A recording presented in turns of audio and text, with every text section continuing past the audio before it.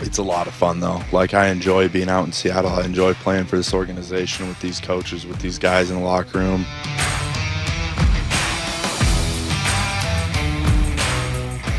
How are things? Has it sunk in yet that you're in the NFL?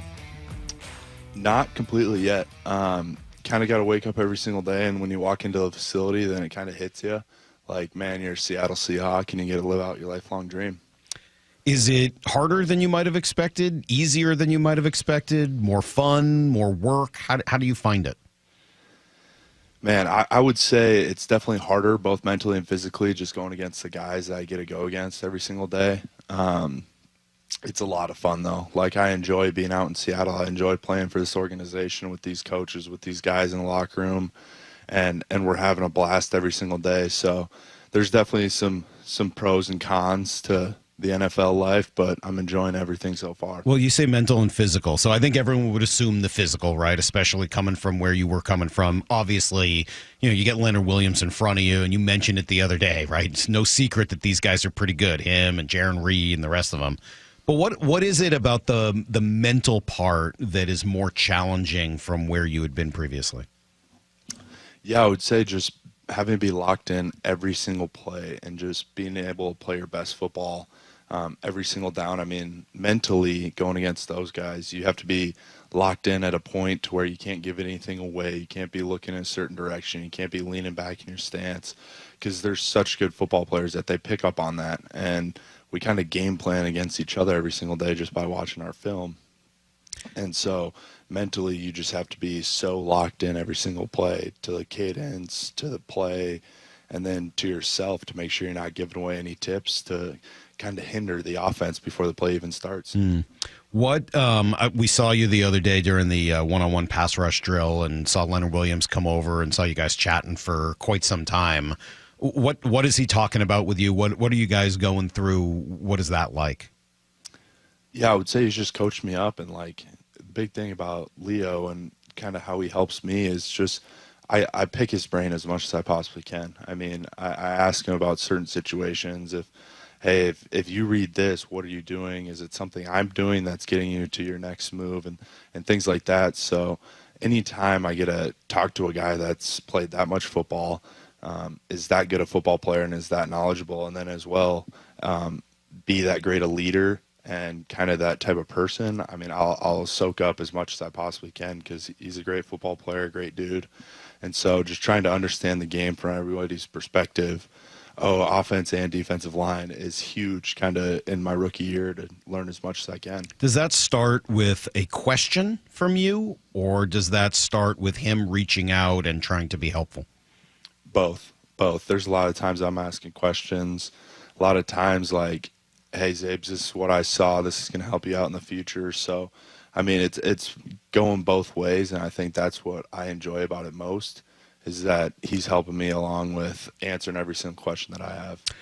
Talking to Gray Zabel, how does John Benton fit into that? We're just getting to know him a little bit and getting to watch him from the sidelines. What's your impression of your position coach? He's unbelievable. I mean, he's been doing this for I don't even know how many years, a lot of years, but he's a great football coach, great football mind. I mean, he's unbelievable to kind of be in the room, because we're a really young room. So he's doing a great job of understanding each one of us, how we play, coaching us up. I mean, I love the tough love kind of mentality that he has, and he's going to kind of push you to get the best out of you, and I think that's exactly what we need in our offensive line room right now. What does that mean to you, tough love? I mean, it's a thing to where he's going to push you to be your best player and get on you, and he sees the potential. He sees how good a football player somebody can be, and if he has to kind of chew your ass, excuse my French, to get it out of you, he's going to. But at the same time, like, he's going to love up on you and make sure that everybody knows that, like, he's a guy that they can count on and kind of fall back on, and if we ever need anything, he'd be the first one there. What does he get on you about? What have you been? We'll go chewed out just for the sake of radio moving forward here, but it's all right. Your French is fine. Don't worry about it. What have you gotten chewed out for? Yeah, I would just say sometimes I get lazy with hand placement, or not using my hands, or not having great pad level.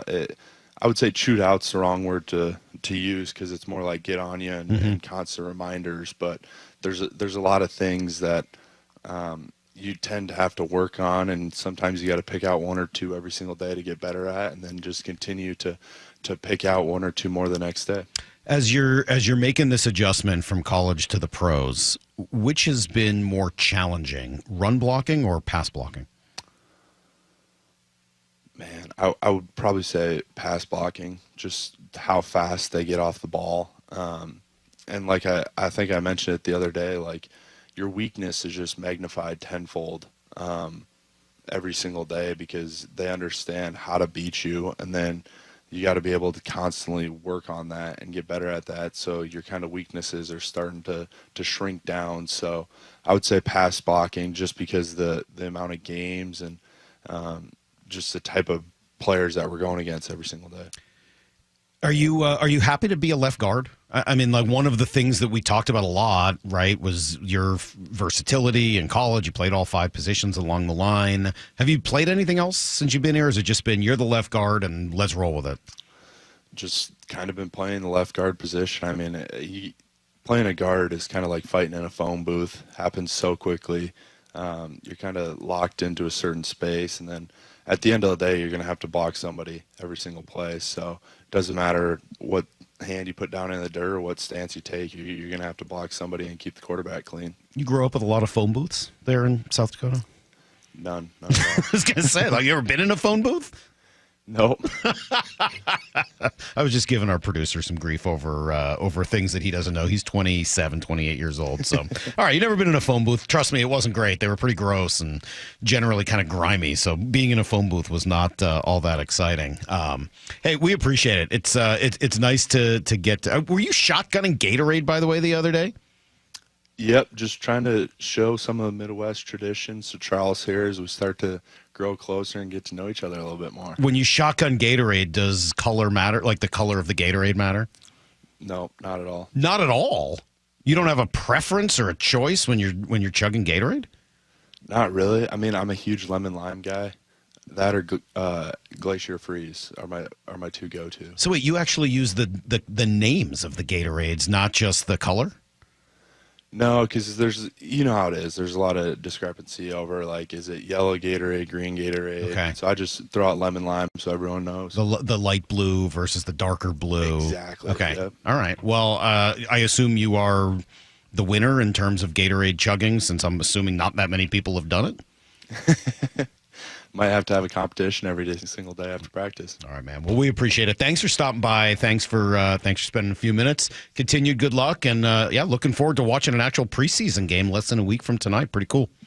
Absolutely. Thanks for having me on. All right, there you go. There's Zabel, Seahawks first round draft pick. Yes, Seahawks.